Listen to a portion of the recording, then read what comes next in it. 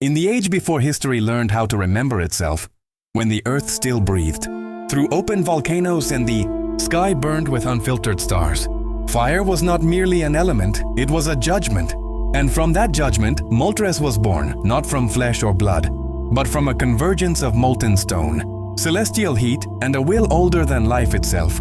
As legends whisper that when a star fell into the heart of a supervolcano, the explosion did not end in silence, but instead ignited a consciousness within the flames, shaping them into wings, forging them into talons, and lifting them skyward as Moltres rose for the first time.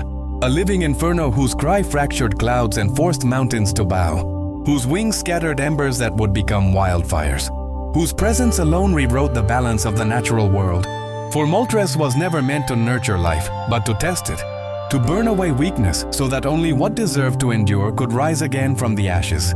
And wherever it flew, forests vanished, civilizations trembled, and the land itself learned the brutal mercy of rebirth. As ancient Pokémon watched in fearful reverence, knowing that this Firebird was not merely powerful, but inevitable, an embodiment of nature's final answer when harmony was broken. And humans, still young and fragile, gazed upon Moltres as a god, building temples near volcanoes, and tending eternal flames in the hope that reverence might spare them from annihilation. Yet history records that devotion did not always save them. For when greed scarred the land and ambition burned hotter than wisdom, Moltres descended as judgment incarnate, turning cities to molten shadows in a single night, leaving behind only ash, silence, and survivors who spoke of a blazing silhouette eclipsing the sun.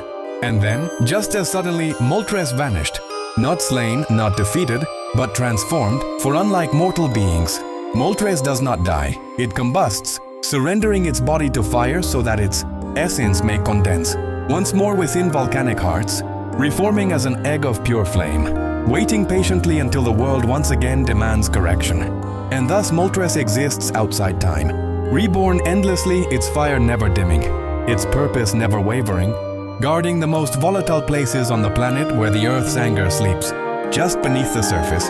While modern instruments record unexplained heat signatures and scientists debate whether such readings are natural anomalies or evidence of something watching from within the fire, and legends warn that the day Moltres reveals itself openly once more will mark the end of an era, not as an act of cruelty, but as a necessary purge.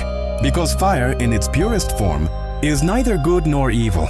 It is renewal through destruction, and as long as flames flicker in the heart of the world, Moltres will continue to rise from ashes unseen. A reminder written in fire across the sky that every ending is merely the beginning of something stronger.